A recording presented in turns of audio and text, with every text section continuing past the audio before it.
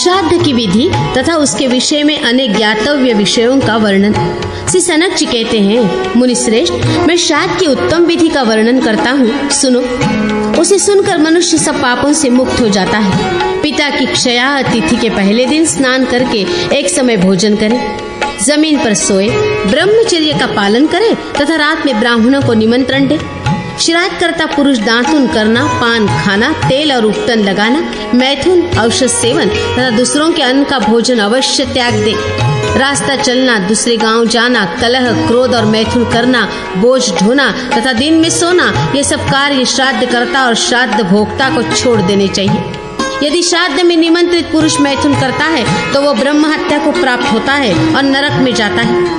श्राद्ध में वेद की ज्ञाता और वैष्णव ब्राह्मण को नियुक्त करना चाहिए, जो अपने वर्ण और आश्रम धर्म के पालन में तत्पर, परम शांति, उत्तम कुल में उत्पन्न, राग देश से रहित, पुराणों के अर्थ ज्ञान में निपुण, सब प्राणियों पर दया करने वाला, देव पूजा परायण, स्मृतियों का तत्व जानने में कुशल, वेदांत तत्व का ज्ञाता, संपूर्ण लोकों के हित में संलग्न, कृतज्ञ, उत्तम गुणयुक्त, गुरुजनों की सेवा में तत्पर तथा उत्तम शास्त्र वचनों द्वारा धर्म का उपदेश देने वाला हो, उसे श्राद्ध में निमंत्रित करे।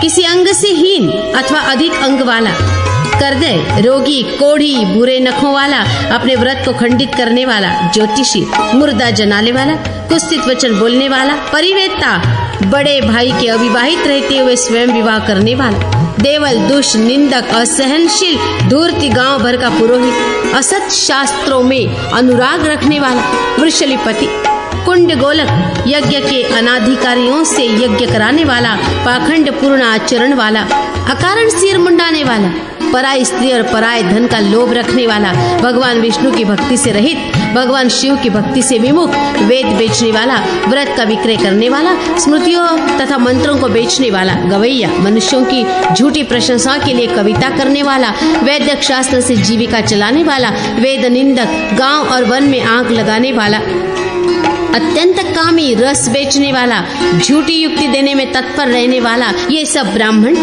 यत्न पूर्वक श्राद्ध में त्याग देने योग्य है। श्राद्ध से एक दिन पहले या श्राद्ध के दिन ब्राह्मणों को निमंत्रित करे। श्राद्ध करता पुरुष हाथ में कुश लेकर इंद्रियों को वश में रखते हुए विद्वान ब्राह्मण को निमंत्रण दे और इस प्रकार कहे, हे साधु शिरोमणे, श्राद्ध में अपना समय देकर मुझ पर कृपा प्रसाद करे। तदनंतर प्रातःकाल उठकर सवेरे का नित्य कर्म समाप्त करके विद्वान पुरुष कुतुब काल में श्राद्ध प्रारंभ करे। दिन के 8वें मुहूर्त में जब सूर्य का तेज कुछ मंद हो जाता है, उस समय को कुतुब काल कहते हैं। तब ये श्राद्ध प्रारंभ करे। उसमें पितरों की तृप्ति के लिए दिया हुआ दान अक्षय होता है। ब्रह्मा जी ने पितरों को अपराह्न काल ही दिया है। मुनि श्रेष्ठ, विभिन्न द्रव्यों के साथ जो कव्य समय में पितरों के लिए दिया जाता है, उसे राक्षस का भाग समझना चाहिए। वह पितरों के पास नहीं पहुंच पाता है। सायंकाल में दिया हुआ कव्य राक्षस का भाग हो जाता है। उसे देने वाला नरक में पड़ता है और उसको भोजन करने वाला भी नरकगामी होता है। ब्राह्मण, यदि निधन तिथि का मान पहले दिन एक दंड ही हो और दूसरे दिन वो अपराह्न तक व्याप्त हो, तो विद्वान पुरुष को दूसरे ही दिन श्राद्ध करना चाहिए। किंतु मृत्यु तिथि यदि दोनों दिन अपराह्न काल में व्याप्त हो, तो क्षय पक्ष में पूर्व तिथि को श्राद्ध में ग्रहण करना चाहिए और वृद्धि पक्षी में पर तिथि को। यदि पहले दिन क्षया तिथि 4 घड़ी हो और दूसरे दिन तक व सायंकाल तक व्याप्त हो, तो श्राद्ध के लिए दूसरे दिन वाली तिथि ही उत्तम मानी गई है। द्विजोत्तम, निमंत्रित ब्राह्मणों के एकत्र होने पर प्रायश्चित से शुद्ध हृदय वाला श्राद्ध करता पुरुष उनसे श्राद्ध के लिए आज्ञा ले। ब्राह्मणों से श्राद्ध के लिए आज्ञा मिल जाने पर श्राद्ध करता पुरुष फिर उनमें से 2 को विश्वदेव श्राद्ध के लिए और 3 को विधि पूर्वक पितृश्राद्ध के लिए पुनः निमंत्रित करे, अथवा देव श्राद्ध तथा पितृश्राद्ध के लिए एक एक ब्राह्मण को ही निमंत्रित करे। श्राद्ध के लिए आज्ञा लेकर एक एक मंडल बनावे। ब्राह्मण के लिए चौकोर, क्षत्रिय के लिए त्रिकोण तथा वैश्य के लिए गोल मंडल बनाना आवश्यक समझना चाहिए और क्षुद्र को मंडल न बनाकर केवल भूमि को सींच देना चाहिए। योग्य ब्राह्मणों के अभाव में भाई को, पुत्र को अथवा अपने आप को ही श्राद्ध में नियुक्त करे, परंतु वेद शास्त्र के ज्ञान से रहित ब्राह्मण को श्राद्ध में नियुक्त न करे। ब्राह्मणों को पैर धोकर उन्हें आचमन करावे और नियत आसन पर बैठाकर भगवान विष्णु का स्मरण करते हुए उनकी विधि पूर्वक पूजा करे। ब्राह्मणों को बीच में तथा श्राद्ध मंडप के द्वार देश में श्राद्धकर्ता पुरुष अपहता असुरा रक्षासी वेदी शत, इस ऋचा का उच्चारण करते हुए तिल बिखेर जो और कुश द्वारा विश्व देवों को आसन दे। हाथ में जौ और कुश लेकर कहे विश्वेशाम देव नाम इदम आसनम। ऐसा कहकर विश्व देवों को बैठने के लिए आसन रूप से उस कुशा को रख दे और प्रार्थना करे, हे विश्व देवो, आप लोग इस देव श्राद्ध में अपना क्षण समय दें और प्रतीक्षा करें। अक्षयतक और आसन समर्पण के वाक्य में विश्व देव और पितरों के लिए षष्ठी विभक्ति का प्रयोग करना चाहिए।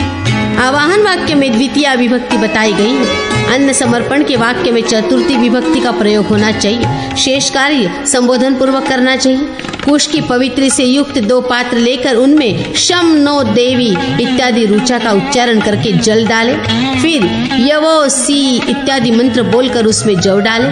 उसके बाद चुपचाप बिना मंत्र के ही गंध और पुष्प छोड़ दे।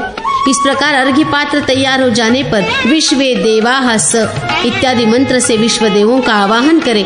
तदनंतर या दिव्यापहा इत्यादि मंत्र से अर्घ्य को अभिमंत्रित करके एकाग्रचित हो पितृ और मातामह संबंधी विश्व देवों को संकल्प पूर्वक क्रमशः अर्घ्य दे। उसके बाद गंध पत्र पुष्प यज्ञोपवीत धूप दीप आदि के द्वारा उन देवताओं को पूजन करें। तत्पश्चात विश्व देवों से आज्ञा लेकर पितृगणों का पूजन करें। उनके लिए सदा तिल युक्त कुशों वाला आसन देना चाहिए। उन्हें अर्घ्य देने के लिए द्विज पूर्ववत 3 पात्र रखे। शमनो देवी इत्यादि मंत्र से जल डालकर तिलोसी सोम देवेत्यो इत्यादि मंत्र से तिल डाले। फिर उशंतस्वा इत्यादि मंत्र द्वारा पितरों का आवाहन करके ब्राह्मण एकाग्र चित्त हो। या दिव्यापहा इत्यादि मंत्र से अर्घ्य को अभिमंत्रित करके पूर्ववत संकल्प पूर्वक पितरों को समर्पित करे। अर्घ्य पात्र को उलटकर पितरों के वाम भाग में रखना चाहिए। साधु शिरोमणि तदनंतर गंध पत्र पुष्प धूप दीप वस्त्र और आभूषण से अपनी शक्ति के अनुसार उन सब की पूजा करें। तत्पश्चात विद्वान पुरुष घृत सहित अन्न का ग्रास ले अग्नो करिष्ये अग्नि में होम करूंगा ऐसा कहकर उन ब्राह्मणों से इसके लिए आज्ञा ले। मुने करवई अथवा करवाणी करूं ऐसा कहकर श्राद्धकर्ता के पूछने पर ब्राह्मण लोग कुरुष्व क्रियताम अथवा कुरु करो ऐसा कहें। इसके बाद अपनी शाखा के गृह सूत्र में बताए हुए विधि के अनुसार उपासनाग्नि की स्थापना करके उसमें पूर्वोक्त अन्न के ग्रास की 2 आहुतियां डाले। उस समय सोमाय पितृमते स्वधा नमः ऐसा उच्चारण करें। फिर अग्नेये कव्य वाहनाया स्वधा नमः ऐसा उच्चारण करें। विद्वान पुरुष अंत में स्वधा की जगह स्वाहा लगाकर भी पितृयज्ञ की भांति आहुति दे सकते हैं। इन 2 आहुतियों से पितरों को अक्षय तृप्ति प्राप्त होती है। अग्नि के अभाव में अर्थात यजमान के अग्निहोत्री न होने पर ब्राह्मण के हाथ में दानरूप होम करने का विधान है। ब्राह्मण जैसा आचार हो उसके अनुसार ब्राह्मण के हाथ या अग्नि में उक्त होम करना चाहिए। पार्वण उपस्थित होने पर अग्नि को दूर नहीं करना चाहिए। विप्रवर यदि पार्वण उपस्थित होने पर अपनी उपास्य अग्नि दूर हो तो पहले नूतन अग्नि की स्थापना करके उसमें होम आदि आवश्यक कार्य करने के पश्चात विद्वान पुरुष उस अग्नि का विसर्जन कर दे। यदि क्षयाह निधन दिन तिथि प्राप्त हो और उपासनाग्नि दूर हो तो अपने अग्निहोत्री द्विज भाइयों से विधि पूर्वक श्राद्ध कर्म संपन्न करावे। द्विज श्रेष्ठ श्राद्धकर्ता प्राचीनाविति होकर जनेऊ को दाहिने कंधे पर करके अग्नि में होम करे और होमावशिष्ट अन्न को ब्राह्मण के पात्रों में भगवत स्मरण पूर्वक डाले। फिर स्वादिष्ट भक्ष्य भोज्य लेय आदि के द्वारा ब्राह्मणों का पूजन करे। तदनंतर एकाग्र चित्त हो विश्वे देव और पितर दोनों के लिए अन्न परोसे। उस समय इस प्रकार प्रार्थना करे। आगच्छन्तु महाभागा विश्वे देवो महाबलाः ये यत्र विहिताः श्राद्धे सावधाना भवन्तु ते। महान बलवान महाभाग विश्वे देवे गण यहाँ पधारे और जो इस श्राद्ध में विहित हो वे उसके लिए सावधान रहे। इस प्रकार विश्व देवों से प्रार्थना करे। ये देवासह इत्यादि मंत्र से भी उनकी अभ्यर्थना करनी चाहिए। देव पक्ष के ब्राह्मणों से भी ऐसी ही प्रार्थना करे। उसके बाद ये चेह पितरो इत्यादि मंत्र से पितरों की अभ्यर्थना करके निम्नांकित मंत्र से उनको नमस्कार करें। अमूर्ता नाम च मूर्ता नाम प्रीतृणाम दीप्त तेजसाम नमस्यामि सदा तेषाम ध्यानिनाम योग चक्षुषाम। जिनका तेज सब और प्रकाशित हो रहा है। जो ध्यान परायण तथा योग दृष्टि से संपन्न है, उन मूर्त पितरों को तथा अमूर्त पितरों को भी मैं सदा नमस्कार करता हूँ। इस प्रकार पितरों को प्रणाम करके श्राद्ध करता पुरुष भगवान नारायण का चिंतन करते हुए दिए हुए हविष्य तथा श्राद्ध कर्म को भगवान विष्णु की सेवा में समर्पित करते। इसके बाद वे सब ब्राह्मण मौन होकर भोजन प्रारंभ करें। यदि कोई ब्राह्मण उस समय हंसता या बात करता है तो वह हविष्य राक्षस का भाग हो जाता है। पाक आदि की प्रशंसा या निंदा न करे, सर्वथा मौन रहे। भोजन पात्र को हाथ से स्पर्श किए हुए ही भोजन करे। यदि कोई श्राद्ध में नियुक्त हुआ ब्राह्मण पात्र को सर्वथा छोड़ देता है तो उसे श्राद्धहंता जानना चाहिए, वो नरक में पड़ता है। भोजन करने वाले ब्राह्मणों में से कुछ लोग यदि एक दूसरे का स्पर्श कर लें और अन्न का त्याग न करके उसे खा ले तो उसे स्पर्श जनित दोष का निवारण करने के लिए उन्हें 800 गायत्री मंत्र का जप करना चाहिए। जब ब्राह्मण लोग भोजन करते हों उस समय श्राद्ध करता पुरुष श्रद्धा पूर्वक कभी पराजित न होने वाले अविनाशी भगवान नारायण का स्मरण करे। रक्षोघ्न मंत्र, वैष्णव सूक्त तथा विशेषतः पितृ संबंधी मंत्रों का पाठ करे। इसके सिवा पुरुष सूक्त, त्रिनाचिकेत, त्रिमधु, त्रिसुपर्ण, पवमान सूक्त तथा यजुर्वेद और सामवेद के मंत्रों का जप करे। अन्यान्य पुण्यदायक प्रसंगों का चिंतन करें। इतिहास, पुराण तथा धर्म शास्त्रों का भी पाठ करें। नारद जी, जब तक ब्राह्मण लोग भोजन करें तब तक इन सब का जप या पाठ करना चाहिए। जब वे भोजन कर लें उस समय परोसने वाले पात्र में बचा हुआ उच्छिष्ट के समीप भूमि पर बिखेर दे, ये विकिरान्न कहलाता है। उस समय मधुवाता रुतायते इत्यादि सूक्त का जप करें। नारद जी, इसके बाद श्राद्ध करता पुरुष स्वयं दोनों पैर धोकर भली भांति आचमन कर ले। फिर ब्राह्मणों के आचमन कर लेने पर पिंड दान करे, स्वस्ति वाचन कराकर अक्षय दे तर्पण करे। उसे देकर एकाग्र चित्त होकर ब्राह्मणों का अभिवादन करे। उल्टे हुए अर्घ्य पात्रों को सीधा करके ब्राह्मणों को दक्षिणा दे और उनसे स्वस्ति वाचन पूर्वक आशीर्वाद ले। जो द्विज अर्घ्य पात्र को हिलाए या सीधा किए बिना दक्षिणा लेते और स्वस्ति वाचन करते हैं, उनके पितर 1 वर्ष तक उच्छिष्ट भोजन करते हैं। स्मृति कथित गोत्रम नो वर्धताम दातारो नो भिवर्धनताम इत्यादि वचन कहकर ब्राह्मणों से आशीर्वाद ग्रहण करें। तदनंतर उन्हें प्रणाम करें और उन्हें यथाशक्ति दक्षिणा, गंध एवं तांबुल अर्पित करें। उल्टे हुए अर्घ्य पात्र को उत्तान करने के बाद हाथ में लेकर स्वधा का उच्चारण करें। फिर वाजे वाजे इत्यादि ऋचा को पढ़कर पितरों का, देवताओं का विसर्जन करें। श्राद्ध भोजन करने वाला ब्राह्मण तथा श्राद्ध करता यजमान दोनों उस रात में मैथुन का त्याग करें। उस दिन स्वाध्याय तथा रास्ता चलने का कार्य यत्न पूर्वक छोड़ दे। जो कहीं जाने के लिए यात्रा कर रहा हो, जिसे कोई रोग हो तथा जो धनहीन हो, वो पुरुष पाक न बनाकर कच्चे अन्न से श्राद्ध करे और जिसकी पत्नी रजस्वला होने से स्पर्श करने योग्य न हो, वह दक्षिणा रूप से सुवर्ण देकर श्राद्ध कार्य संपन्न करे। यदि धन का अभाव हो और ब्राह्मण भी न मिले तो बुद्धिमान पुरुष केवल अन्न का पाक बनाकर पितृ सूक्त के मंत्र से उसका होम करे। ब्राह्मण यदि उसके पास अन्नमय भविष्य का अभाव हो तो यथाशक्ति घास लेकर पितरों की तृप्ति के उद्देश्य से गौओं को अर्पण करे, अथवा स्नान करके विधि पूर्वक तिल और जल से पितरों का तर्पण करे, अथवा विद्वान पुरुष निर्जन वन में चला जाए और मैं महापापी दरिद्र हूँ ये कहते हुए उच्च स्वर से रुदन करे। मुनीश्वर, जो मनुष्य श्रद्धा पूर्वक श्राद्ध करते हैं वे संपत्तिशाली होते हैं और उनकी संतान परंपरा का नाश नहीं होता। जो श्राद्ध में पितरों का पूजन करते हैं उनके द्वारा साक्षात भगवान विष्णु पूजित होते हैं और जगदीश्वर भगवान विष्णु के पूजित होने पर सब देवता संतुष्ट हो जाते हैं। देवता, पीतर, गंधर्व, अप्सरा, यक्ष, सिद्ध और मनुष्य के रूप में सनातन भगवान विष्णु ही विराजमान है। उन्हीं से ये स्थावर जंगम रूप जगत उत्पन्न हुआ है। अतः दाता और भोक्ता सब भगवान विष्णु ही है। भगवान विष्णु संपूर्ण जगत के आधार, सर्वभूत स्वरूप तथा अविनाशी है। उनके स्वभाव की कहीं भी तुलना नहीं है। वे ही हव्य और कव्य के भोक्ता हैं। एकमात्र भगवान जनार्दन ही परब्रह्म परमात्मा कहलाते हैं। मुनिश्रेष्ठ, इस प्रकार तुमसे श्राद्ध की उत्तम विधि का वर्णन किया गया। इस विधि से श्राद्ध करने वालों का पाप तत्काल नष्ट हो जाता है। जो श्रेष्ठ द्विज श्राद्ध काल में भक्ति पूर्वक प्रसंग का पाठ करता है उसके पितर संतुष्ट होते हैं और संतति बढ़ती है। व्रत, दान और श्राद्ध आदि के लिए तिथियों का निर्णय। श्री सनक जी कहते हैं, ब्राह्मण श्रुतियों और स्मृतियों में कहे हुए जो व्रत, दान और अन्य वैदिक कर्म हैं, वे यदि अनिर्णित अनिश्चित तिथियों में किए जाएं तो उनका कोई फल नहीं होता। एकादशी, अष्टमी, षष्ठी, पूर्णिमा, चतुर्दशी, अमावस्या और तृतीया ये पर तिथि से विध संयुक्त होने पर उपवास और व्रत आदि में श्रेष्ठ मानी जाती है।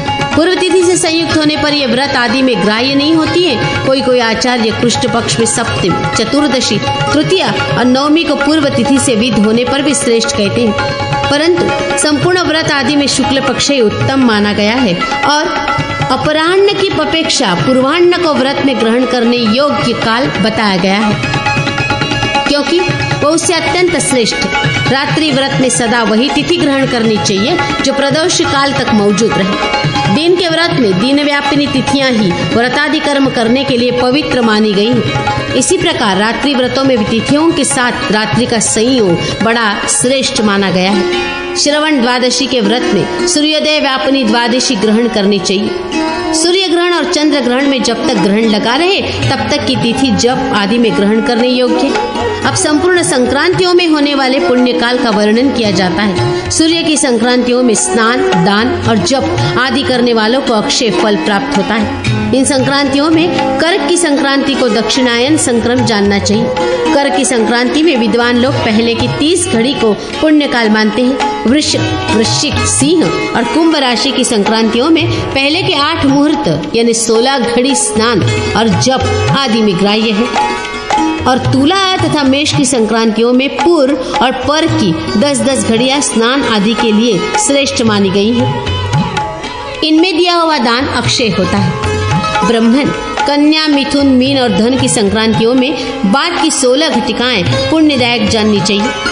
मकर संक्रांति को उत्तरायण संक्रम कहा गया है। इसमें पूर्व की 40 और बाद की 30 घड़ियां स्नान, दान आदि के लिए पवित्र मानी गई हैं। विप्रवर, यदि सूर्य और चंद्रमा ग्रहण लगे हुए ही अस्त हो जाएं, तो दूसरे दिन उनका शुद्ध मंडल देखकर ही भोजन करना चाहिए। धर्म की इच्छा रखने वाले विद्वानों ने अमावस्या 2 प्रकार की बताई है, सीनी वाली और कुहू, जिसमें चंद्रमा की कला देखी जाती है, वह चतुर्दशी युक्त अमावस्या सीनी वाली कही जाती है, और जिसमें चंद्रमा की कला का सर्वथा क्षय हो जाता है वो चतुर्दशी युक्त अमावस्या कुहू मानी जाती है। अग्निहोत्री द्विजों की श्राद्ध कर्म में सीनी वाली अमावस्या को ही ग्रहण करना चाहिए तथा स्त्रियों, शूद्रों और अग्निरहित द्विजों को कुहू में श्राद्ध करना चाहिए। यदि अमावस्या तिथि अपराह्न काल में व्याप्त हो तो क्षय मृत्यु कर्म में, पूर्व तिथि और वृद्धि जन्म कर्म में उत्तर तिथि को ग्रहण करना चाहिए।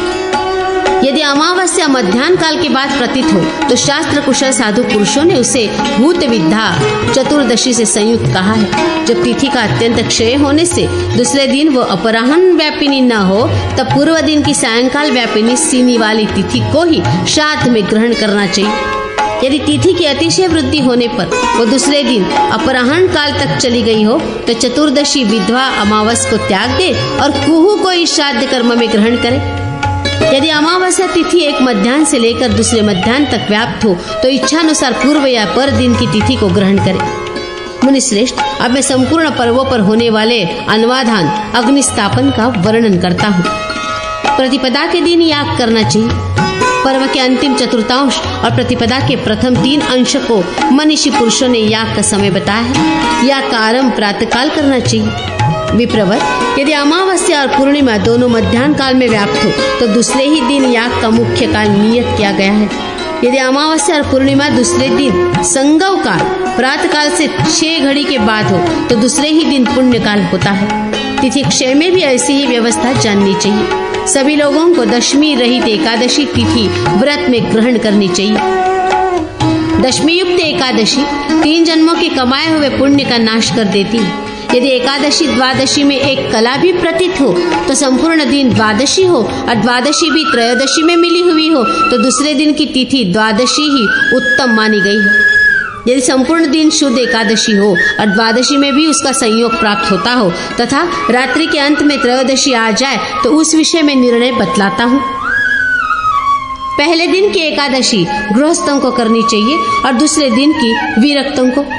यदि कला भर भी द्वादशी न रहने से पारायण का अवसर न मिलता हो तो उस दशा में दशमी विद्या एकादशी को भी उपवास व्रत करना चाहिए। यदि शुक्ल या कृष्ण पक्ष में 2 एकादशियां हों तो पहली गृहस्थों के लिए और दूसरी विरक्त यतियों के लिए ग्राह्य मानी गई है। यदि दिन भर दशमी युक्त एकादशी हो और दिन की समाप्ति के समय द्वादशी में भी कुछ एकादशी हो तो सबके लिए दूसरे ही दिन द्वादशी व्रत बताया गया है। यदि दूसरे दिन द्वादशी न हो तो पहले दिन की दशमी विद्या एकादशी भी व्रत में ग्राह्य है, और यदि दूसरे दिन द्वादशी है तो पहले दिन की दशमी विद्या एकादशी भी निषिद्ध ही है। इसलिए ऐसी परिस्थिति में द्वादशी को व्रत करना चाहिए।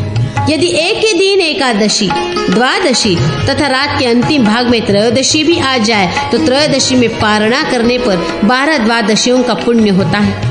यदि द्वादशी के दिन कला मात्र ही एकादशी हो और त्रयोदशी में द्वादशी का योग हो या न हो तो गृहस्थों के पहले दिन की विद्या एकादशी भी व्रत में ग्रहण करनी चाहिए, और विरक्त साधुओं तथा विधवाओं को दूसरे दिन की तिथि द्वादशी स्वीकार करना चाहिए। यदि पूरे दिन भर शुद्ध एकादशी हो, द्वादशी में उसका तनिक भी योग न हो तथा द्वादशी त्रयोदशी में संयुक्त हो तो वहाँ कैसे व्रत रहना चाहिए? इसका उत्तर देते हैं। गृहस्थों को पूर्व की एकादशी तिथि में व्रती रहना चाहिए और विरक्त साधुओं को दूसरे दिन की द्वादशी तिथि में। कोई विद्वान ऐसा कहते हैं कि सब लोगों को दूसरे दिन की तिथि में ही भक्ति पूर्वक उपवास करना चाहिए। जब एकादशी दशमी से विद हो, द्वादशी में उसकी प्रतिदिन न हो और द्वादशी त्रयोदशी से संयुक्त हो तो उस दशा में सबको शुद्ध द्वादशी तिथि में उपवास करना चाहिए। इसमें संशय नहीं। कुछ लोग पूर्व तिथि में व्रत कहते हैं किंतु उनका मत ठीक नहीं है। जो रविवार को दिन में, अमावस्या और पूर्णिमा को रात में, चतुर्दशी और अष्टमी तिथि को दिन में तथा एकादशी तिथि को दिन और रात दोनों में भोजन कर लेता है, उसे प्रायश्चित रूप में चंद्रायण व्रत का अनुष्ठान करना चाहिए। सूर्य ग्रहण प्राप्त होने पर 3 पहर पहले से ही भोजन न करे। यदि कोई कर लेता है तो वो मदिरा पीने वाले के समान होता है। मुनिश्रेष्ठ, यदि अग्न्या ध्यान और दर्श पूर्णमास आदि याग के बीच चंद्र ग्रहण अथवा सूर्य ग्रहण हो जाए तो यज्ञकर्ता पुरुषों को प्रायश्चित करना चाहिए। ब्राह्मण चंद्र ग्रहण में दशमे सोमः आप्यायस्व तथा सोमोपास्ते इन 3 मंत्रों से हवन करे और सूर्य ग्रहण होने पर हवन करने के लिए उद्युत्तम जात वेदसम आसत्येन उद्वय तमसः ये 3 मंत्र बताए गए हैं। जो पंडित इस प्रकार स्मृति मार्ग से तिथि का निर्णय करके व्रत आदि करता है उसे अक्षय फल प्राप्त होता है। वेद में जिसका प्रतिपादन किया गया है वो धर्म है। धर्म से भगवान विष्णु संतुष्ट होते हैं, अतः धर्मपरायण मनुष्य भगवान विष्णु के परम धाम में जाते हैं। जो धर्माचरण करना चाहते वे साक्षात भगवान कृष्ण के स्वरूप हैं, अतः संसार रूपी रोग उन्हें कोई बाधा नहीं पहुंचाता।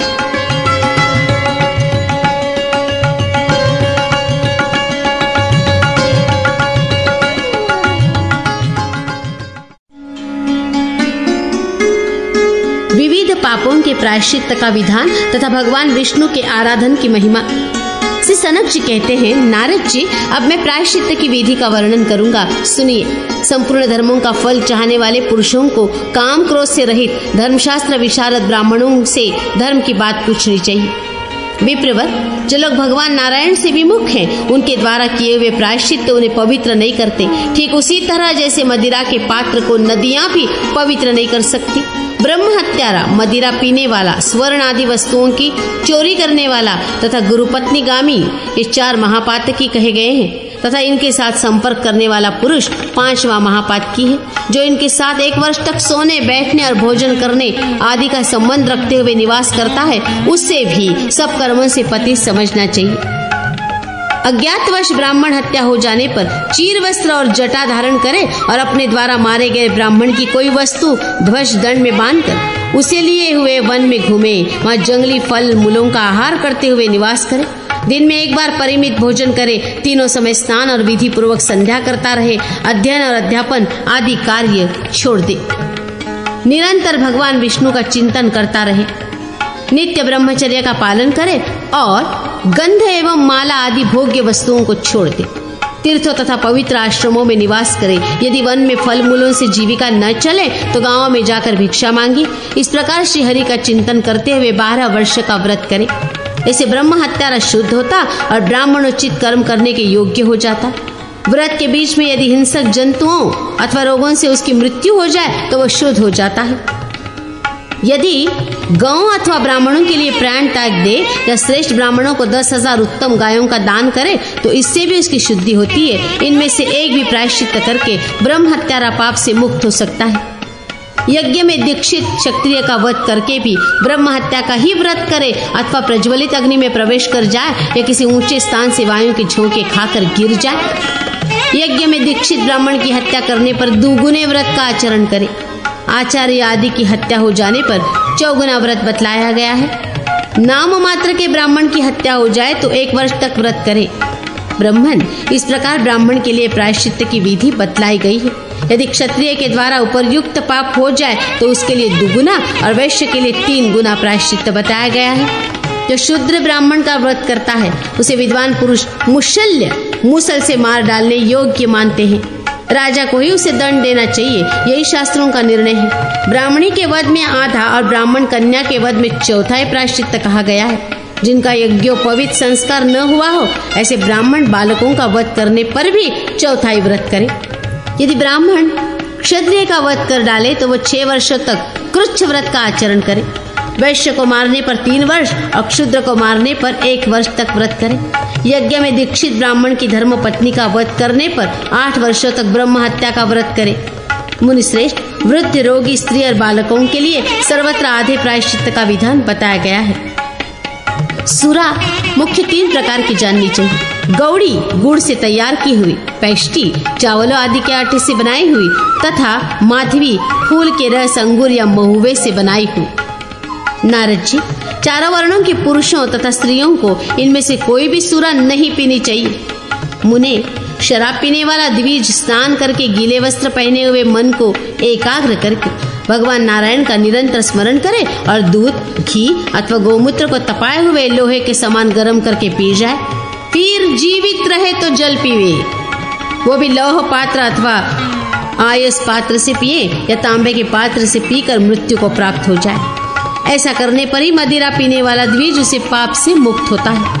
अनजान में पानी समझकर जो द्विज शराब पी ले तो विधि पूर्वक ब्रह्म हत्या का व्रत करे, किंतु उसके चिन्हों को न धारण करे। यदि रोग निवृत्ति के लिए औषध सेवन की दृष्टि से कोई द्विज शराब पी ले तो उसका फिर उपनयन संस्कार करके उससे 2 चांद्रायण व्रत कराने चाहिए।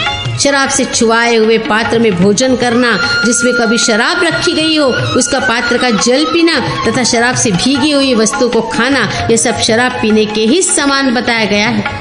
ताड़, कटहल, अंगूर, खजूर और महुआ से तैयार की हुई तथा पत्थर से आटे को पीसकर बनाई हुई अरिष्ट, मैरय्य और नारियल से निकाली हुई गुड़ की बनाई हुई तथा माधवी, ये 11 प्रकार की मदिराएं बताई गई है। उपर्युक्त 3 प्रकार की मदिरा के ही ये 11 भेद हैं। इनमें से किसी भी मद्य को ब्राह्मण कभी न पीवे। यदि द्विज, ब्राह्मण, क्षत्रिय, वैश्य अज्ञानवश इनमें से किसी एक को पी ले तो फिर से अपना उपनयन संस्कार कराकर तब तक रुच्छ व्रत का आचरण करे। जो सामने या परोक्ष में बलपूर्वक या चोरी से दूसरों के धन को ले लेता है उसका यह कर्म विद्वान पुरुषों द्वारा स्तेय चोरी कहा गया है। मनु आदि ने सुवर्ण की माप की परिभाषा इस प्रकार की है। विप्रवर, वो माप आगे कहे जाने वाले प्रायश्चित की उक्ति का साधन, अतः उसका वर्णन करता हूँ, सुनिए। झरोखे के छिद्र से घर में आई हुई सूर्य की जो किरणें हैं उनमें से जो उत्पन्न सूक्ष्म धूलिकण उड़ता दिखाई देता है उसे विद्वान पुरुष त्रसरेणु कहते हैं। वही त्रसरेणु का माप है। 8 त्रसरेणु का एक निष्क होता है और 3 निष्कों का एक राजस सर्प राई बताया गया है। 3 राज सर्षपों का एक गौर सर्षप पीली सरसों होता है और 6 गौर सर्षपों का एक यव कहा जाता है। 3 यव का एक कृष्णल होता है, 5 कृष्णल का एक माशा माना गया है। नारद जी, 16 माशे के बराबर एक सुवर्ण होता है। यदि कोई मूर्खता से सुवर्ण के बराबर ब्राह्मण के धन का अर्थात 16 माशा सोने का अपहरण कर लेता है तो उसे पूर्ववत 12 वर्षों तक कपाल और ध्वज के चिन्हों से रहित ब्रह्म हत्या व्रत करना चाहिए। गुरुजन, यज्ञ करने वाले धर्मनिष्ठ पुरुषों तथा क्षत्रिय ब्राह्मणों के सुवर्ण को चुरा लेने पर इस प्रकार प्रायश्चित करे। पहले उस पाप के कारण बहुत पश्चाताप करे, फिर संपूर्ण शरीर में घी का लेप करे और कंडे से अपने शरीर को ढककर आग लगाकर जल मरे, तभी वो उस चोरी से मुक्त होता है। यदि कोई क्षत्रिय ब्राह्मण के धन को चुरा ले और पश्चाताप होने पर फिर उसे वहीं लौटा दे तो उसके लिए प्रायश्चित की विधि मुझसे सुनिए। ब्रह्मर्षि, वो 12 दिनों तक उपवास पूर्वक शांतपन व्रत करके शुद्ध होता है। रत्न, सिंहासन, मनुष्य, स्त्री, दूध देने वाली गाय तथा भूमि आदि पदार्थ भी स्वर्ण के ही समान माने गए हैं। इनकी चोरी करने पर आधा प्रायश्चित कहा है। राजस सर्प, राई बराबर सोने की चोरी करने पर 4 प्राणायाम करने चाहिए। गौरस सर्प बराबर स्वर्ण का अपहरण कर लेने पर विद्वान पुरुष स्नान करके विधि पूर्वक 8000 गायत्री का जप करे। जो बराबर स्वर्ण को चुराने पर द्विज यदि प्रातःकाल से लेकर सायंकाल तक वेद माता गायत्री का जप करे तो उसे शुद्ध होता है। कृष्णल बराबर स्वर्ण की चोरी करने पर मनुष्य शांतपन व्रत करे। यदि 1 मासा के बराबर सोना चुरा ले तो वह 1 वर्ष तक गौमूत्र में पकाया हुआ जौ खाकर रहे तो शुद्ध होता है। मुनीश्वर, पूरे 16 मासा सोने की चोरी करने पर मनुष्य एकाग्र चित्त हो 12 वर्षों तक ब्रह्म हत्या का व्रत करे। अब गुरु पत्नीगामी पुरुषों के लिए प्रायश्चित का वर्णन किया जाता है। यदि मनुष्य अज्ञानवश माता अथवा सौतेली माता से समागम कर ले तो लोगों पर अपना पाप प्रकट करते हुए स्वयं ही अपने अंडकोश को काट ले और हाथ में उस अंडकोश को लिए हुए नैऋत्य कोण में चलता जाए। जाते समय मार्ग में कभी सुख दुख का विचार ना करे। जो इस प्रकार किसी यात्री की ओर न देखते हुए प्राणांत होने तक चलता जाता है वो पाप से शुद्ध होता है। अथवा अपने पाप को बताते हुए किसी ऊंचे स्थान से हवा के झोंके के साथ कूद पड़े। यदि बिना विचारे अपने वर्ण की या अपने से उत्तम वर्ण की स्त्री के साथ समागम कर ले तो एकाग्रचित हो 12 वर्षों तक ब्रह्म हत्या का व्रत करे। द्विजश्रेष्ठ, जो बिना जाने हुए कई बार समान वर्ण या उत्तम वर्ण वाली स्त्री से समागम कर ले तो वह कंडे की आग में जलकर शुद्धि को प्राप्त होता है। यदि वीर्यपात से पहले ही माता के साथ समागम से निवृत्त हो जाए तो ब्रह्म हत्या का व्रत करे और यदि वीर्यपात हो जाए तो अपने शरीर को अग्नि में जला दे। यदि अपने वर्ण की तथा अपने से उत्तम वर्ण की स्त्री के साथ समागम करने वाला पुरुष वीर्यपात से पहले ही निवृत्त हो जाए तो भगवान विष्णु का चिंतन करते हुए 9 वर्षों तक ब्रह्म हत्या का व्रत करे। मनुष्य यदि काम से मोहित होकर मौसी, बुआ, गुरुपत्नी, सास, चाची, मामी और पुत्री से समागम कर ले तो 2 दिन तक समागम करने पर उसे विधि पूर्वक ब्रह्म हत्या का व्रत करना चाहिए और 3 दिन तक संभोग करने पर वो आग में जल जाए तभी शुद्ध होता है, अन्यथा नहीं। मुनीश्वर, जो काम के अधीन हो चंडाली, पुष्कसी, भील जाति की स्त्री, पुत्रवधू, बहिन, मित्र पत्नी तथा शिष्य की स्त्री से समागम करता है वो 6 वर्षों तक ब्रह्म हत्या का व्रत करे। अब महापातकी पुरुषों के साथ संसर्ग का प्रायश्चित ही बतलाया जाता है। ब्रह्म हत्यारे आदि 4 प्रकार के महापातकियों से जिसके साथ जिस पुरुष का संसर्ग होता है वो उसके लिए विहित प्रायश्चित व्रत का पालन करके निश्चय शुद्ध हो जाता है। जो बिना जाने 5 रात तक इनके साथ रह लेता है उसे विधि पूर्वक प्राजापत्य कृच्छ नामक व्रत करना चाहिए। 12 दिनों तक उनके साथ संसर्ग हो जाए तो उसका प्रायश्चित महाशांतपन व्रत बताया गया है और 15 दिनों तक महापातकियों का साथ कर लेने पर मनुष्य 12 दिन तक उपवास करे। 1 मास तक संसर्ग करने पर पराक व्रत और 3 मास तक संसर्ग हो तो चांद्रायण व्रत का विधान है। 6 महीने तक महापातकी मनुष्यों का संग करके मनुष्य 2 चांद्रायण व्रत का अनुष्ठान करे। 1 वर्ष से कुछ कम समय तक उनका संग करने पर 6 महीने तक चांद्रायण व्रत का पालन करे और यदि जानबूझकर महापातकी पुरुषों का संग किया जाए तो क्रमशः इन सब का प्रायश्चित ऊपर बताए हुए प्रायश्चित से 3 गुना बताया गया है। मेढक, नेवला, कौवा, सुअर, चूहा, बिल्ली, बकरी, भेड़, कुत्ता और मुर्गा, इनमें से किसी का वध करने पर ब्राह्मण अर्धकृच्छ व्रत का आचरण करे और घोड़े की हत्या करने वाला मनुष्य अतिकृच्छ व्रत का पालन करे। हाथी की हत्या करने पर तप तक कृच्छ और गो हत्या करने पर पराक व्रत करने का विधान है। यदि स्वेच्छा से जानबूझकर गौओं का वध किया जाए तो मनीषी पुरुषों ने उसकी शुद्धि का कोई भी उपाय नहीं देखा है।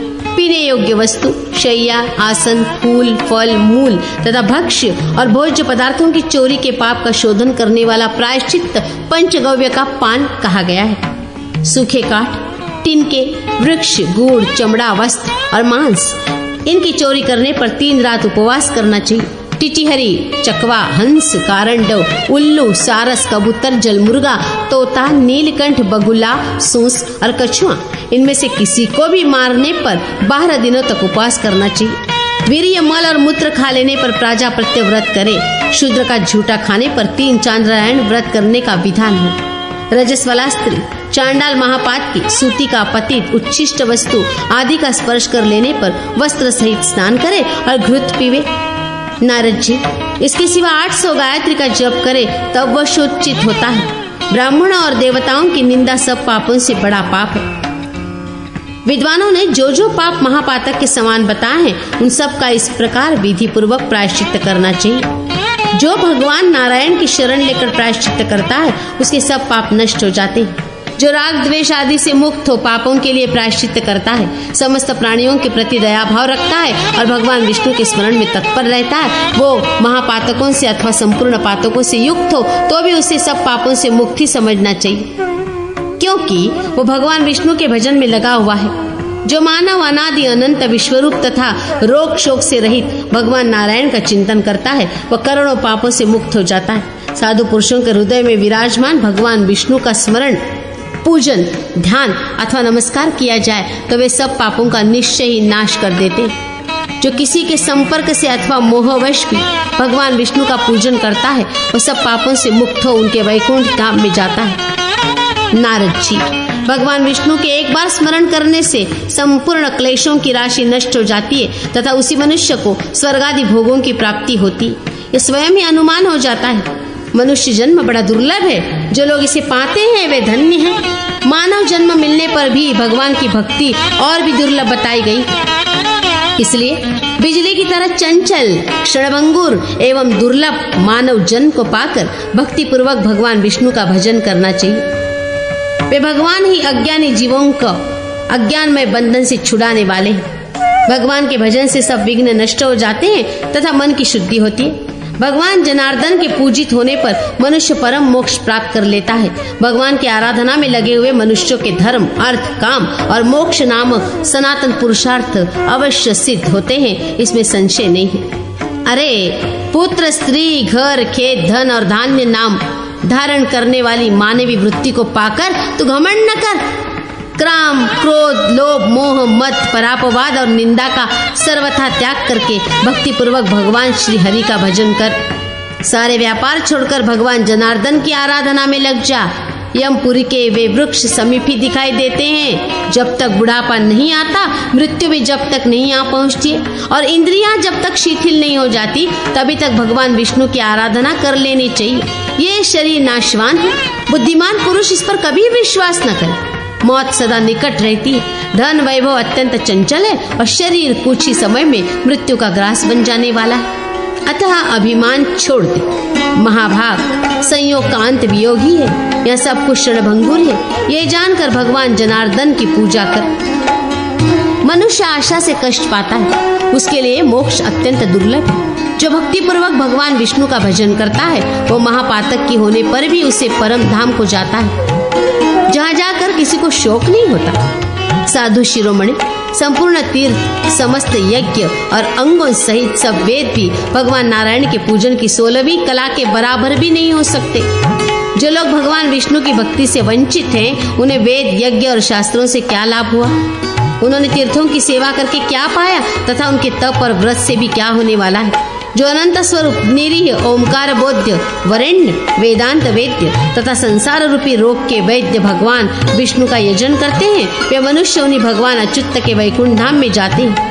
जो अनादि आत्मा, अनंत शक्ति संपन्न, जगत के आधार, देवताओं के आराध्य तथा ज्योतिः स्वरूप परम पुरुष भगवान अच्युत का स्मरण करता है, वह नर अपने नित्य सखा नारायण को प्राप्त कर लेता है। यमलोक के मार्ग में पापियों के कष्ट तथा पुण्यात्माओं के सुख का वर्णन एवं कल्पांतर में भी कर्मों के भोग का प्रतिपादन। श्री सनक जी बोले, ब्राह्मण सुनिए, मैं अत्यंत दुर्गम यमलोक के मार्ग का वर्णन करता हूँ। वह पुण्यात्माओं के लिए सुखद और पापियों के लिए भयदायक है। मुनीश्वर, प्राचीन ज्ञानी पुरुषों ने यमलोक के मार्ग का विस्तार 86,000 योजन बताया है। जो मनुष्य यहाँ दान करने वाले होते हैं वे उस मार्ग में सुख से जाते हैं, और जो धर्म से हीन है वे अत्यंत पीड़ित होकर बड़े दुख से यात्रा करते हैं। पापी मनुष्य उस मार्ग पर दीन भाव से जोर जोर से रोते चिल्लाते जाते हैं। वे अत्यंत भयभीत और नंगे होते हैं। उनके कंठ, ओठ और तालु सूख जाते हैं। यमराज के दूत चाबुक आदि से तथा अनेक प्रकार के आयुधों से उन पर आघात करते रहते हैं, और वे इधर उधर भागते हुए बड़े कष्ट से उस पथ पर चल पाते। वहाँ कहीं कीचड़ है, कहीं जलती हुई आग है, कहीं तपाई हुई बालू बिछी है, कहीं तीखी धार वाली शिलाएं हैं, कहीं कांटेदार वृक्ष है, और कहीं ऐसे ऐसे पहाड़ है जिनकी शिलाओं पर चढ़ना अत्यंत दुखदायक होता है। कई कांटों की बहुत बड़ी बाढ़ लगी हुई है, कहीं कहीं कंदरा में प्रवेश करना पड़ता है। उस मार्ग में कहीं कंकड़ हैं, कहीं ढेले हैं, और कहीं सुई के समान कांटे बिछे तथा कहीं बाघ गरजते रहते हैं। नारद जी, इस प्रकार पापी मनुष्य भांति भांति के क्लेश उठाते हुए यात्रा करते हैं। कोई पाश में बंधे होते हैं, कोई अंकुशों से खींचे जाते हैं, और किन्हीं की पीठ पर अस्त्र शस्त्रों की मार पड़ती रहती। इस दुर्दशा के साथ पापी उस मार्ग पर जाते हैं। किन्हीं की नाक छेद कर उसमें नकेल डाल दी जाती है और उसी को पकड़कर खींचा जाता है। कोई आंतों से बंधे रहते हैं, और कुछ पापी अपने शिष्ट के अग्रभाग से लोहे का भारी भार ढोते हुए यात्रा करते हैं।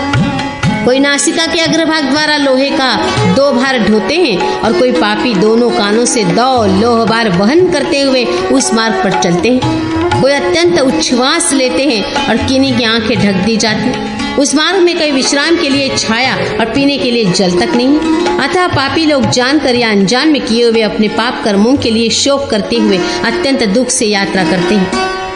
नारद जी, जो उत्तम बुद्धि वाले मानव धर्मनिष्ठ और दानशील होते हैं वे अत्यंत सुखी होकर धर्मराज के लोक की यात्रा करते हैं। मुनि श्रेष्ठ, अन्न देने वाले स्वादिष्ट अन्न का भोजन करते हुए जाते हैं। जिन्होंने जलदान किया है वे भी अत्यंत सुखी होकर उत्तम दूध पीते हुए यात्रा करते हैं। मट्ठा और दही दान करने वाले तत्संबंधी भोग प्राप्त करते हैं।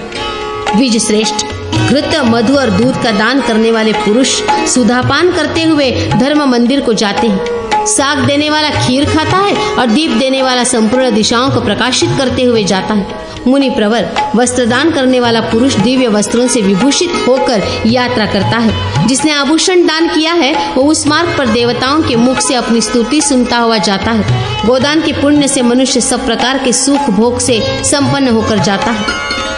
द्विज श्रेष्ठ, घोड़े, हाथी तथा रथ की सवारी का दान करने वाला पुरुष संपूर्ण भोगों से युक्त विमान द्वारा धर्मराज के मंदिर को जाता है।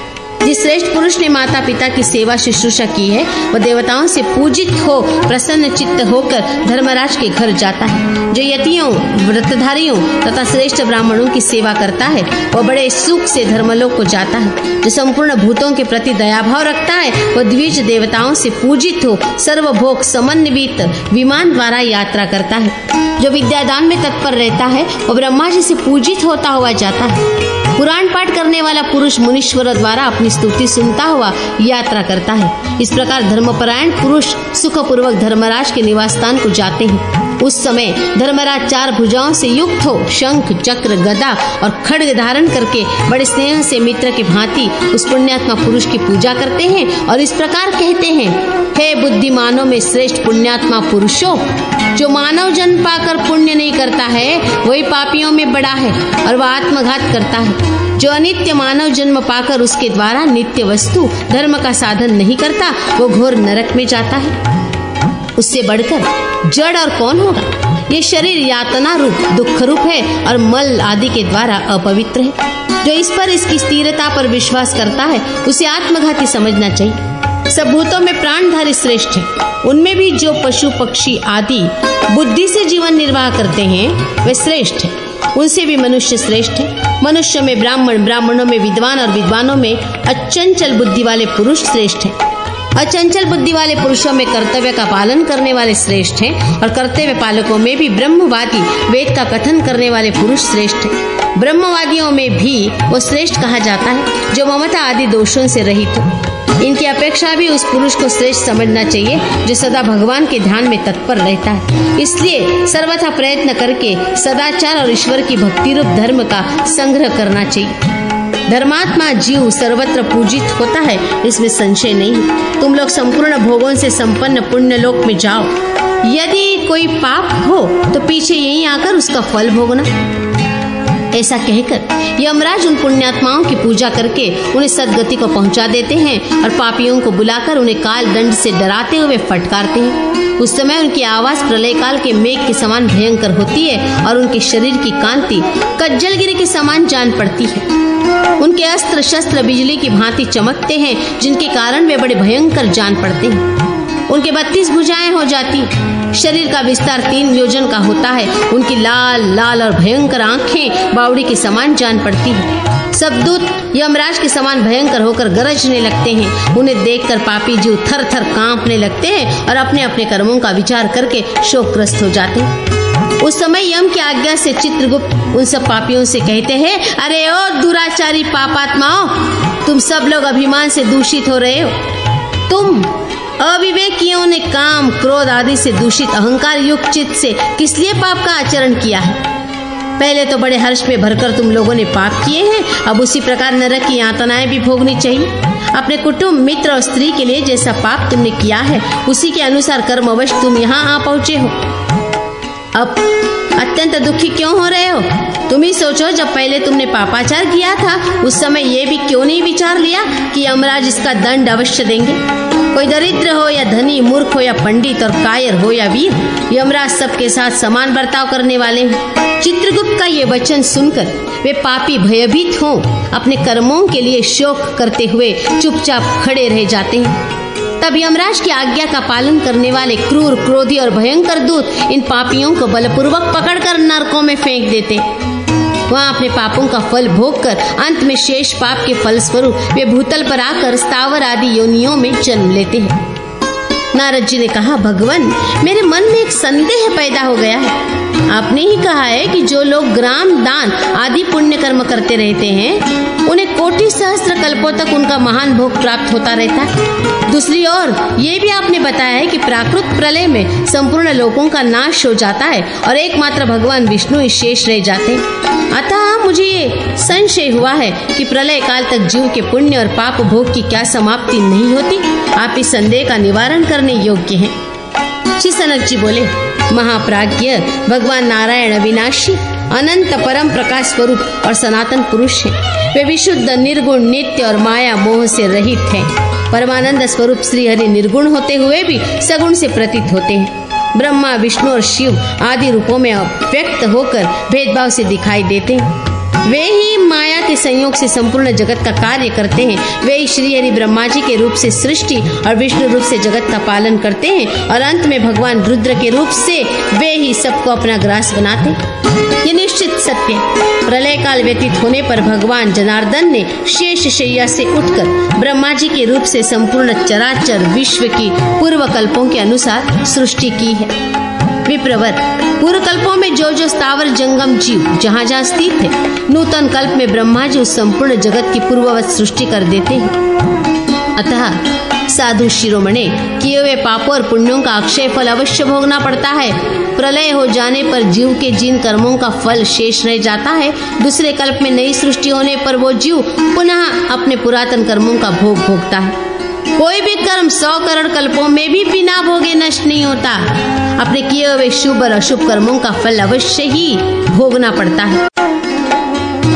पापी जीवों के स्थावर आदि योनियों में जन्म लेने और दुख भोगने की अवस्था का वर्णन श्री सनक जी कहते हैं। इस प्रकार कर्म पाश में बंधे हुए जीव स्वर्ग आदि पुण्य स्थानों में पुण्य कर्मों का फल भोगकर तथा नरक यातनाओं में पापों का अत्यंत दुखमय फल भोगकर क्षीण हुए कर्मों के अवशेष भाग से इस लोक में आकर स्थावर आदि योनियों में जन्म लेते हैं। वृक्ष, गुल्म, लता, वल्ली और पर्वत तथा तृण ये स्थावर के नाम से विख्यात हैं। स्थावर जीव महामोह से आच्छन्न होते हैं। स्थावर योनियों में उनकी स्थिति इस प्रकार होती है। पहले वे बीज रूप से पृथ्वी में बोए जाते हैं, फिर जल से सींचने के पश्चात मूल भाव को प्राप्त होते हैं। उस मूल से अंकुर की उत्पत्ति होती है। अंकुर से पत्ते, तने और पतली डाली आदि प्रकट होते हैं। उन शाखाओं से कलियां और कलियों से फूल प्रकट होते हैं। उन फूलों से ही वे धान्य वृक्ष फलवान होते हैं। स्थावर योनि में जो बड़े बड़े वृक्ष होते हैं वे भी दीर्घ काल तक काटने, दावानल में जलने तथा सर्दी गर्मी लगने आदि के महान दुख का अनुभव करके मर जाते हैं। तदनंतर वे जीव कीट आदि योनियों में उत्पन्न होकर सदा अतिशय दुख उठाते रहते हैं। अपने से बलवान प्राणियों द्वारा पीड़ा प्राप्त होने पर वे उसका निवारण करने में असमर्थ होते हैं। शीत और वायु आदि के भारी क्लेश भोगते हैं और नित्य भूख से पीड़ित हो मलमूत्र आदि में विचरते हुए दुख पर दुख उठाते रहते हैं। तदनंतर इसी क्रम से पशु योनि में आकर अपने से बलवान पशुओं की बाधा से भयभीत रहते हुए वे जीव अकारण भी भारी उद्वेग से कष्ट पाते रहते हैं। उन्हें हवा, पानी आदि का महान कष्ट सहन करना पड़ता है। अंडज पक्षी की योनि में भी वे कभी वायु पीकर रहते हैं और कभी मांस तथा अपवित्र वस्तुएं खाते हैं। ग्रामीण पशुओं की योनि में आने पर भी उन्हें कभी भार ढोने, रस्सी आदि से बांधे जाने, डंडों से पीट जाने तथा हल आदि धारण करने के समस्त दुख भोगने पड़ते हैं। इस प्रकार बहुत सी योनियों में क्रमशः भ्रमण करके वे जीव मनुष्य जन्म पाते हैं। कोई पुण्य विशेष के कारण बिना क्रम के भी शीघ्र मनुष्य योनि प्राप्त कर लेते हैं। मनुष्य जन्म पाकर भी नीची जातियों में नीच पुरुषों की टहल बजाने वाले, दरिद्र, अंगहीन तथा अधिक अंग वाले इत्यादि होकर वे कष्ट और अपमान उठाते हैं तथा अत्यंत दुख से पूर्ण ज्वर, ताप, शीत, गुल्म रोग, पाद रोग, नेत्र रोग, सिर दर्द, गर्भ वेदना तथा पसली में दर्द होने आदि के भारी कष्ट भोगते हैं। मनुष्य जन्म में जब स्त्री और पुरुष मैथुन करते हैं उस समय वीर्य निकलकर जब जरायु गर्भाशय में प्रवेश करता है उसी समय जीव अपने कर्मों के वशीभूत हो उस वीर्य के साथ गर्भाशय में प्रविष्ट हो रज वीर्य के कलल में स्थित होता है। वह वीर्य जीव के प्रवेश करने के 5 दिन बाद कलल रूप में परिणित होता है। फिर 15 दिन के बाद वो पलल मांस पिंड की स्थिति भाग को प्राप्त हो 1 महीने में प्रादेश मात्र बड़ा हो जाता है। तब से लेकर पूर्ण चेतना का अभाव होने पर भी माता के उदर में दुस्सह ताप और क्लेश होने से वो एक स्थान पर स्थिर न रह सकने के कारण वायु की प्रेरणा से इधर उधर भ्रमण करता है। फिर दूसरा महीना पूर्ण होने पर वो मनुष्य के आकार को पाता है। तीसरे महीने की पूर्णता होने पर उसके हाथ, पैर आदि अवयव प्रकट होते हैं और 4 महीने बीत जाने पर उसके सब अवयवों की संधि का भेद ज्ञात होने लगता है। 5 महीने पर अंगुलियों में नख प्रकट होते हैं। 6 मास पूरे हो जाने पर नखों की संधि स्पष्ट हो जाती है। उसकी नाभि में जो नाल होती है उसी के द्वारा अन्न का रस पाकर वो पुष्ट होता है। उसके सारे अंग पवित्र मलमूत्र आदि से भीगे रहते हैं। जरायु में उसका शरीर बंधा होता है और वह माता के रक्त, हड्डी, कीड़े, वसा, मज्जा, स्नायु और केश आदि से दूषित तथा घृणित शरीर में निवास करता है। माता के खाए हुए कड़वे, खट्टे, नमकीन तथा अधिक गर्म भोजन से वह अत्यंत दग्ध होता रहता है। इस दुरावस्था में अपने आप को देखकर वो देहधारी जीव पूर्व जन्मों की स्मृति के प्रभाव से पहले के अनुभव किए हुए नरक के दुखों को भी स्मरण करता और आंतरिक दुख से अधिकाधिक जलने लगता है। अहो, मैं बड़ा पापी हूँ। काम से अंधा होने के कारण पराई स्त्रियों को हर कर उनके साथ संभोग करके मैंने बड़े बड़े पाप किए हैं। उन पापों से अकेला मैं ही ऐसे ऐसे नरकों का कष्ट भोगता रहा। फिर स्थावर आदि योनियों में महान दुख भोगकर अब मानव योनि में आया हूँ। आंतरिक दुख तथा बाह्य संताप से दग्ध हो रहा हूँ। अहो, देहधारियों को कितना दुख उठाना पड़ता है। शरीर पाप से ही उत्पन्न होता है, इसलिए पाप नहीं करना चाहिए। मैंने कुटुंब, मित्र और स्त्री के लिए दूसरों का धन चुराया है। उसी पाप से आज गर्भ की झिल्ली में बंधा हुआ जल रहा हूँ। पूर्व जन्म में दूसरों का धन देखकर ईर्ष्यावश जला करता था, इसलिए मैं पापी जीव इस समय भी गर्भ की आग से निरंतर दग्ध हो रहा हूँ। मन, वाणी और शरीर से मैंने दूसरों को बहुत पीड़ा दी थी। उस पाप से आज मैं अकेला ही अत्यंत दुखी होकर जल रहा हूँ। इस प्रकार वह गर्भस्थ जीव नाना प्रकार से विलाप करके स्वयं ही अपने आप को इस प्रकार आश्वासन देता है, अब मैं जन्म लेने के बाद सत्संग तथा भगवान विष्णु की कथा का श्रवण करके विशुचित हो सत्कर्मों का अनुष्ठान करूंगा और संपूर्ण जगत के अंतरात्मा तथा अपनी शक्ति के प्रभाव से अखिल विश्व की सृष्टि करने वाले सत्य ज्ञानानंद स्वरूप लक्ष्मीपति भगवान नारायण के उन युगल चरणार बिंदों का भक्ति पूर्वक पूजन करूंगा जिनकी समस्त देवता, असुर, यक्ष, गंधर्व, राक्षस, नाग, मुनि तथा किन्नर समुदाय आराधना करते हैं। भगवान के वे चरण दुस्सह संसार बंधन के मूलोच्छेद के हेतु है। वेदों के रहस्यभूत उपनिषदों द्वारा उनकी महिमा का स्पष्ट ज्ञान होता है। वे ही संपूर्ण जगत के आश्रय हैं। मैं उन्हीं भगवत चरणार बिंदों को अपने हृदय में रखकर अत्यंत दुख से भरे हुए संसार को लांघ जाऊंगा। इस प्रकार वो मन में भावना करता है।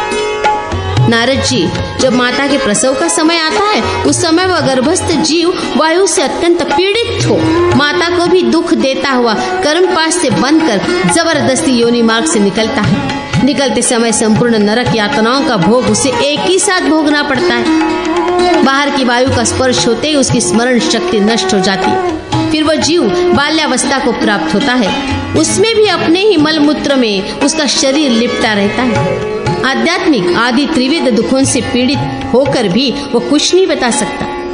उसके रोने पर लोग ये समझते हैं कि भूख प्यास से कष्ट पा रहा है, इसे दूध आदि देना चाहिए, और इसी मान्यता के अनुसार वे लोग प्रयत्न करते हैं। इस प्रकार वो अनेक प्रकार के शारीरिक कष्ट भोग का अनुभव करता है।